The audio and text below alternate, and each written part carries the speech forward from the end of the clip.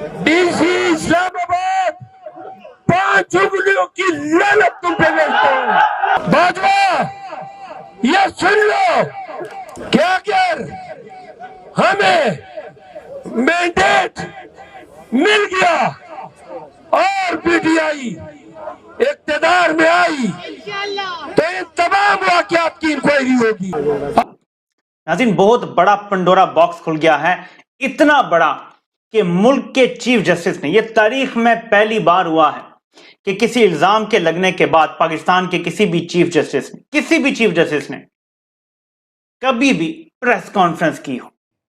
आम इंतखाबात में मुबैना धांधली के खिलाफ अब पीटीआई का एहतजाज जारी है। तहरीक इंसाफ के कारकुनान प्रेस क्लब के बाहर मौजूद हैं। तहरीक इंसाफ की मरकजी क़यादत रैली की सूरत में प्रेस क्लब पहुंचना शुरू हो गई है।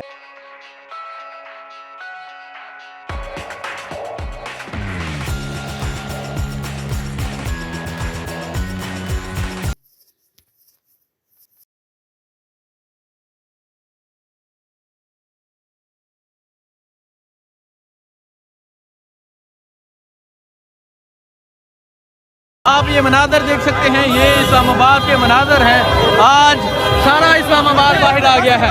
आप ये मनाजर देखें, ऐसा महसूस हो रहा है जैसे इमरान खान किसी लॉन्ग मार्च की क़यादत कर रहे हैं। जहां तक नजर जाएगी वहां तक लोगों की एक बड़ी तादाद नजर आएगी। और आगे आप देख सकते हैं शेर अब्दुल मरवत हैं जो इस रैली की क़यादत कर रहे हैं। और अभी थोड़ी ही देर में सारा इस्लामाबाद बाहर आ गया है। ये मनाजर आप देख सकते हैं, ये इस्लामाबाद के मनाजर हैं। और आज इस्लामाबाद के शहरियों ने बाहर निकलकर ये बता दिया है कि वो इमरान खान के साथ हैं। आज शेर अब्दुल मरवत की क़यादत में आज इस तरह लोग बाहर निकले हैं। ये मनाजर है, ये है इस्लामाबाद। आज ऐसा महसूस हो रहा है कि जैसे इमरान खान लॉन्ग मार्च की क़यादत कर रहे हैं। आज एक लंबे अरसे के बाद, आज 9 मई के बाद इस्लामाबाद में ये रौनकें देखने को मिल रही हैं।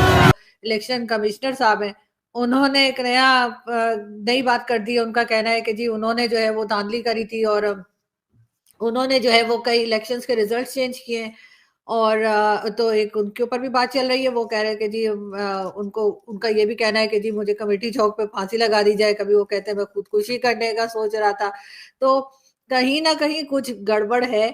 और इस बार पहली बार खैर मैंने तो देखा इस तरह का हालात, वरना कोई ना कोई गवर्नमेंट बनी जाती है। लेकिन लगता है इस वक्त काकड़ साहब की दुआएं रंग लाई हैं और आगे थोड़े दिन और काकड़ साहब जो है ना वो घूमने फिरने वाले हैं। तो अच्छी बात है, काकड़ साहब को दोबारा तो आना नहीं, तो काकड़ साहब को कुछ टाइम और मिलने लगा है। और यकीनन इलेक्शंस काफी हद तक लगता है दोबारा होने जा रहे हैं। लेकिन मैडम, आपको लगता है कि ये जो दोबारा इलेक्शन होंगे ये वो मुल्क के अंदर स्टेबिलिटी लेके आएंगी? ये जो सारी लड़ाइयाँ हो रही हैं, हमारे सियासतदान क्यों बैठ के इस मसले को वंस फॉर ऑल हल नहीं कर पा रहे? हम क्यों स्टेबिलिटी में नहीं जा रहे? आप कैसे देखती हैं इसको? सर, क्योंकि हमारे जो पॉलिटिशियंस हैं उनको काम नहीं करने दिया जाता। इंडिपेंडेंट होके वो काम नहीं कर पाते। कहीं ना कौन नहीं कहीं काम करने देता मैडम? तो बता रही कहीं ना कहीं पे एजेंसी और फौज जो है वो अभी भी इन्वॉल्व है।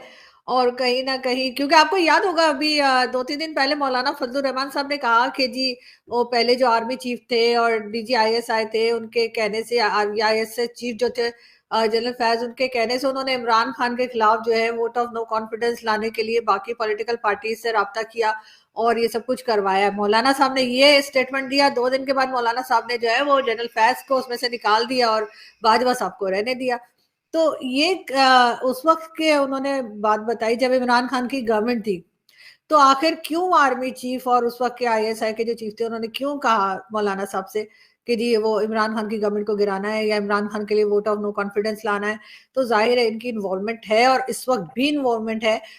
फौज की भी है, एजेंसीज की भी है। और जो आज बताया जा रहा है, रावलपिंडी के जो इलेक्शन कमिश्नर साहब कह रहे हैं कि जी मैंने जो है वो बदले थे, रिजल्ट्स बदले थे और ऐसा किया था। तो यकीनन किसी बड़ी तरफ से उनको कहा गया होगा, कोई बड़े लोग होंगे जिन्होंने कहा होगा, तो ये सब कुछ कर बैठे वो। और या फिर वो स्टेटमेंट उनके कहने से दे रहे, या हो सकता है स्टेटमेंट को किसी ने डराया धमकाया तो स्टेटमेंट आ रहा है।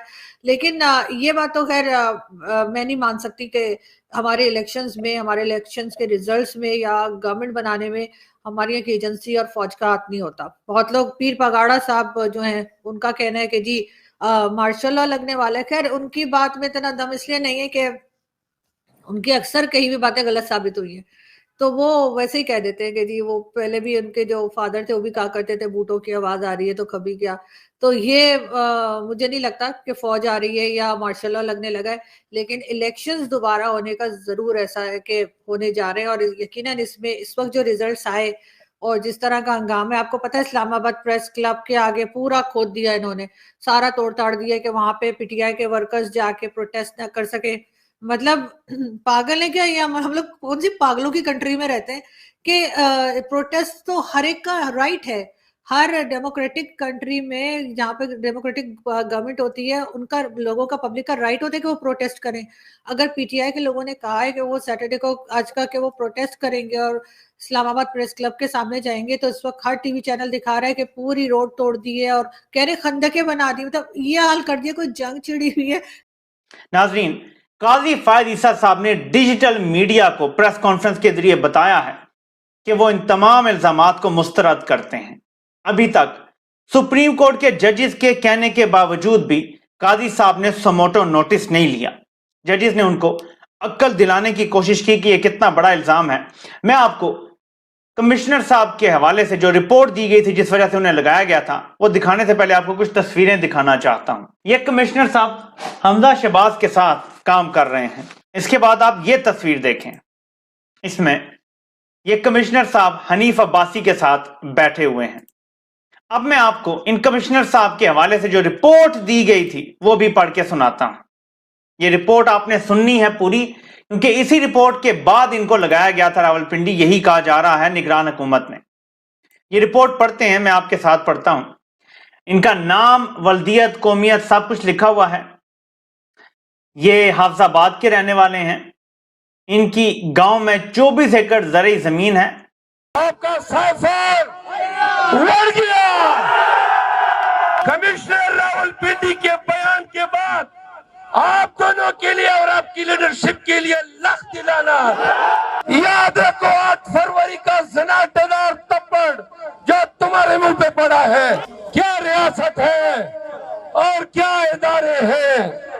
ये कमिश्नर रावलपिंडी के मीडिया प्रेस कॉन्फ्रेंस के बाद पाकिस्तानियों की तरफ से वो तमाम रिटर्निंग ऑफिसर जिन्होंने मुल्क में इस जुर्म के इर्तिकाब में सहूलतकारी की है, और इलेक्शन कमीशन और वो अदालतें जिन्होंने मिलके नवाज शरीफ और जरदारी का रास्ता साफ करने के लिए मुल्क में ये फ्रॉड और ये ठगी की है, उन सबको ये बताना चाहता हूं, तारीख आपको माफ नहीं करेगी। आप लानती और लईन है। आगे सुने, खान ने कहा पाकिस्तानियों को बताओ, मोबाइल एहतजाज सिर्फ आज तक महदूद नहीं है। सुनो, क्या आपका खान किसी दुनियावी मफाद के खातिर अदियाला जेल में मुकैयद है?